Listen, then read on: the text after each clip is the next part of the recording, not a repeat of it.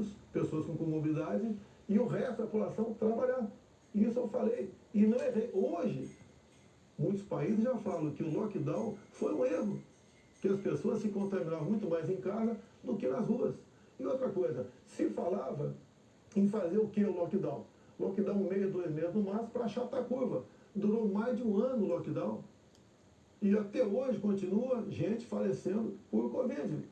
Ou seja, o lockdown serviu sim para atrapalhar a nossa economia e contaminar mais pessoas ainda em casa. Candidato, mas as medidas socioeconômicas importantíssimas, elas foram adotadas por governos no mundo inteiro justamente para sustentar o fique em casa no pico da pandemia, fique em casa se puder. Para que as pessoas pudessem proteger a própria vida e, ao mesmo tempo, receber um amparo econômico. Para evitar o colapso dos hospitais, aliás, como nós vimos em Manaus. Pessoas morrendo com falta de oxigênio por um erro de logística e gestão do seu ministro da Saúde. Negativo. Menos de 48 horas estavam chegando já cilindros lá em Manaus. Lá foi uma coisa atípica, anormal, que aconteceu de uma hora para outra. Em menos de 48 horas, cilindros começaram a chegar em Manaus de alguns pontos do Brasil. Fizemos a nossa parte em Manaus. Não faltou da nossa parte recursos bilionários para governadores e prefeitos enfrentarem a Covid, construir hospitais de campanha. Então fizemos a nossa parte. Raro país do mundo que fez algo melhor do que nós fizemos. E o resultado, até o OMS reconhece isso daí. Fizemos a nossa parte. O senhor mencionou 48 horas, o fato é que Manaus ficou uma semana, mais de uma semana, 9 dias, sem receber apoio as pessoas com falta de oxigênio nos hospitais. Não é verdade isso. Agora, não é verdade. Candidato, sobre o seu comportamento, com as frases que eu mencionei, imitando pacientes com falta de ar, muitos viram isso como um sinal de falta de compaixão. Eu queria que você botasse no ar eu imitando falta de ar. Realmente... Mas falta de compaixão... Ah, bom, então você começou a mudar. Desculpe, você começou a mudar, tudo bem. Para eu completar a minha frase, muitos viram isso como uma falta de compaixão, de solidariedade com os doentes, com as vítimas, com os parentes das vítimas. O senhor se arrepende? A solidariedade, eu me manifestei conversando com o povo nas ruas, visitando a periferia de Brasília, vendo pessoas humildes que foram obrigadas a ficar em casa sem ter um só apoio do governador ou prefeito. Isso que aconteceu. E nós fizemos exatamente o quê? Demos o auxílio emergencial imediatamente. 68 milhões de pessoas humildes começaram a receber o auxílio emergencial. Eles estavam condenados a morrer de fome dentro de casa. O senhor não se arrepende das declarações? Ou ir para a rua, fazer o que não queriam. Poderiam ter um caos na rua, caos porque as pessoas com fome iam para a rua. Criamos imediatamente o auxílio emergencial. Fizemos a nossa parte. Demos tanto dinheiro para governadores e prefeitos que a gente não tem notícia de eles terem atrasado, foi de pagamento ou até mesmo 13º. E quando tivemos a oportunidade de investigar fraudes, aquela CPI do circo feita por Renan Calheiros, Omar Aziz e Randolfo Rodrigues, não quiseram investigar os desvios de recursos enviados para 9 governadores do Nordeste. Fizemos a nossa parte e tratei com muita seriedade essa questão. Agora, não adotei o politicamente correto. Não estimulei. Inclusive, o que eu falei é que quando foi decidido o que era essencial, o trabalho essencial, eu falei, deve ser todo aquele necessário para o homem ou a mulher levar o pão para dentro de casa. A própria MS concordou comigo nessa Então questão. o senhor chama isso de politicamente incorreto? O senhor não se arrepende do seu comportamento, das frases que fez, imitando pessoas com falta de ar, como solidariedade com as famílias? Você acabou de falar que eu não imitei falta de ar e voltou a falar em falta de ar novamente. Você voltou a falar em falta de ar novamente. 700 mil mortos. A minha pergunta é muito específica. O senhor se arrepende? Lamento as mortes. Não tem que não perder um parente, um amigo. Lamento as mortes. Agora, não poderia ser tratado a Covid? Não.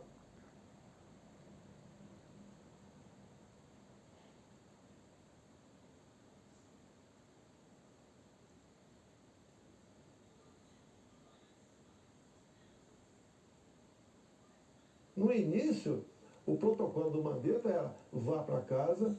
Quando sentir falta de ar, procura um hospital. Falei, procurar para quê se não tem remédio? E não tinha vacina também naquele momento. Bom, vamos falar de economia? Eu só... A Renata não retirou observação sobre o fato de o senhor ter imitado pessoas com falta de ar. Ela disse... Não. Ela disse que o senhor imitou gente com falta de ar e que faltou também a solidariedade. Foram as duas coisas. Isso eu não respondi. Mas, candidato, o senhor já deixou claro que o senhor acha que mais brasileiros se contaminaram por ficar dentro de casa sem se expor. Não, o senhor disse isso. Nova York, mostra isso aí. O senhor disse isso. Então vamos agora para a economia. Dentro de casa que fora de casa. Vamos para a economia. Vamos para a economia, que é um tema que o senhor também gostaria de abordar certamente. Em 2018, como candidato, o senhor disse assim, numa entrevista: eu sei do que é que o povo precisa. Inflação baixa, taxa de juros menor, dólar menor. Aí veio o seu governo, os juros básicos da economia dobraram, a inflação mais que dobrou, o dólar que estava em R$ 3,90 está em mais de R$ 5,00. É verdade que tudo isso se deu num cenário de pandemia e num cenário também de guerra na Ucrânia. Ocorre que esse cenário não mudou, não é? A pandemia não acabou, infelizmente, e a guerra da Ucrânia é uma realidade ainda. Pergunto, candidato, qual é o seu plano, uma vez reeleito, para cumprir num segundo Nossa, mandato? Bonner do céu, o cara já tá fazendo tudo pelo Brasil, você tá falando merda. Frustradas pela pandemia, por uma seca enorme que tivemos no ano passado e também pelo conflito da Ucrânia com a Rússia. Se você pegar os dados de hoje, você vê o Brasil como talvez o único país do mundo com uma deflação. Um país onde vai ter uma inflação menor do que, por exemplo, a Inglaterra, menor que os Estados Unidos. Você vê também que a taxa de desemprego tem caído no Brasil. Os números da economia são fantásticos, levando-se em conta o resto do mundo. Nós não podemos... Se fosse apenas o Brasil com esse problema, eu seria o responsável. O que nós pretendemos fazer? É continuar exatamente na política que estamos fazendo desde 2019. A grande vacina a favor da economia em 2019 foram reformas, como, por exemplo, da Previdência. Foi, por exemplo, a Lei da Liberdade Econômica. Foi a modernização das NRs, das normas regulamentadoras. Milhares de normas nós deixamos de lado, nós revogamos. Então, a grande reforma da economia foi feita, a grande vacina foi feita em 2019, e fez com que nós pudéssemos suportar 2020. Nós pegamos 2020 e 2021 e tivemos um saldo positivo de quase 3 milhões de empregos no Brasil. Diferente de 2014 e 2015, que tivemos uma perda de quase 3 milhões de empregos no Brasil. Isso é sinal do quê? Competência da equipe econômica. Programas como, por exemplo, o Pronamp e o BEM preservaram mais de 10 milhões de empregos no Brasil. O próprio auxílio emergencial, no primeiro momento R$ 600, fez com que a economia, em especial nos pequenos municípios, o município não colapsasse. Então essas medidas, entre outras, fizeram a gente romper 2020 e 2021. 22, quando veio a guerra agora, problema nós tivemos. Fui na Rússia negociar fertilizantes com o presidente Putin. Se não tivesse ido, não teria fertilizante para a nossa safra agora, desse segundo semestre. Não, isso é importante. Não. Isso garantiu o quê? A segurança alimentar do nosso Brasil e do mundo. Só para concluir, então, no segundo mandato, o senhor daria sequência aos planos que foram estabelecidos e desenvolvidos no primeiro. Bonner, você vai ver, Bonner, nós somos o 7º país mais digitalizado do mundo. Tá? Nós fizemos muita coisa no Brasil, atendemos realmente a todas as camadas da sociedade. Só agora, na questão do IPI, a proposta do Paulo Guedes, que está parada no Supremo Tribunal Federal, nós pretendemos diminuir impostos de 4 mil produtos em 35% de IPI. Para o segundo mandato. Não, desse agora. É que a proposta parou no Supremo Tribunal Federal. Agora, senhores, para que a gente possa abordar... Isso começou há 2 meses a redução de IPI, não foi de agora? Para que nós possamos abordar nessa entrevista o maior número de temas, vamos prosseguir, vou falar sobre meio ambiente. Em 2020, o seu então meio ambiente, Ricardo Salles, disse que era para aproveitar que a imprensa toda estava focada na cobertura da pandemia para ir desregulamentando as leis ambientais, o que ele chamou de passando a boiada. Fato é que, no seu governo, a taxa anual de desmatamento da Amazônia deu um salto, é a maior em 15 anos. O senhor continua apoiando essa política de desregulamentação? Olha, você tem que pensar que na Amazônia você tem quase 30 milhões de habitantes lá. Tem 30 milhões de brasileiros na Amazônia. Primeira preocupação é essa. Outra, qualquer propriedade lá tem que preservar 80% e pode usufruir de 20%. Eu tentei, nos primeiros 2 anos de mandato, fazer a regulação fundiária, para saber, por exemplo, qualquer local desmatado ou com foco de calor, de quem é o CPF daquela propriedade. O presidente da Câmara não colaborou para botar essa proposta avante. Agora, quando se fala em Amazônia, por que não se fala também agora na França, que há mais de 30 dias está pegando fogo? A mesma coisa está pegando fogo na Espanha e Portugal. Califórnia pega fogo todo ano. No Brasil, infelizmente, não é diferente. Acontece. Grande parte disso aí, alguma parte disso aí é criminoso, sei disso. Outra parte não é criminoso. É o ribeirinho que toca fogo ali na sua pequena Uma coisa é propriedade. incêndio natural, outra coisa é o Mas tem desmatamento. incêndio, o Pantanal Mato-Grossense é comum pegar fogo de forma espontânea. Agora, presidente candidato, a favor das críticas dos especialistas à sua política ambiental, tem os números. No seu governo, a taxa anual de desmatamento da Amazônia saltou de 7.500 km² em 2018 para 13.000 ano passado. O levantamento do MapBiomas mostrou que 97% dos alertas de desmatamento emitidos desde 2019 não foram fiscalizados pelos órgãos responsáveis, 97%.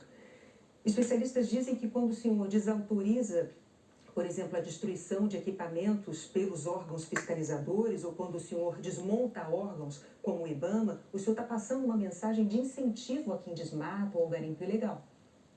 Primeira coisa, a destruição, como dá em lei, é se você não puder retirar o equipamento daquele local. O que vinha acontecendo, e ainda vem, infelizmente, é que o material pode ser retirado do local, porque se chegou lá, pode ser retirado. E há o abuso de uma parte.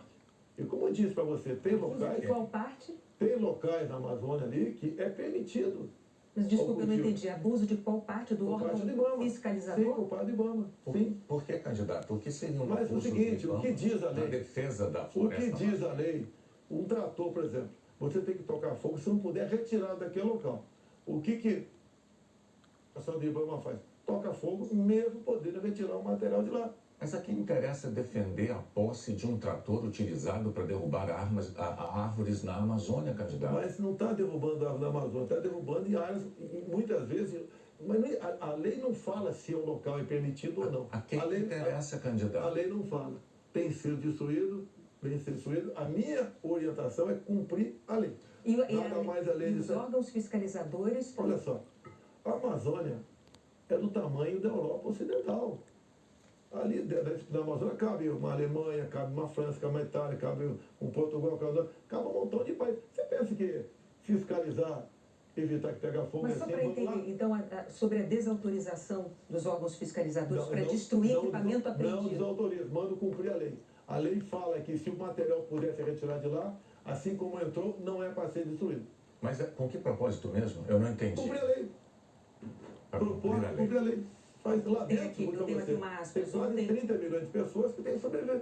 Eu tenho aqui uma aspas que o senhor diz que não é para queimar nada, maquinário nem trator. Mas vamos adiante, o fato é que sobre o meio ambiente, em 2018, o mundo tinha uma visão sobre o compromisso ambiental do Brasil. Hoje, o mundo vê o Brasil como um destruidor de florestas. Num segundo mandato, o que o senhor vai fazer para mudar essa imagem?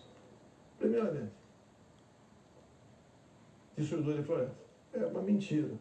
Ninguém quer destruir floresta, né, por livre e espontânea vontade. O acordo Mercosul-União Europeia estava travado. Com os problemas agora da guerra, Ucrânia, Rússia, a União Europeia quer acelerar o acordo conosco para o Mercosul. E demais, a Alemanha está usando combustíveis fósseis. Por quê?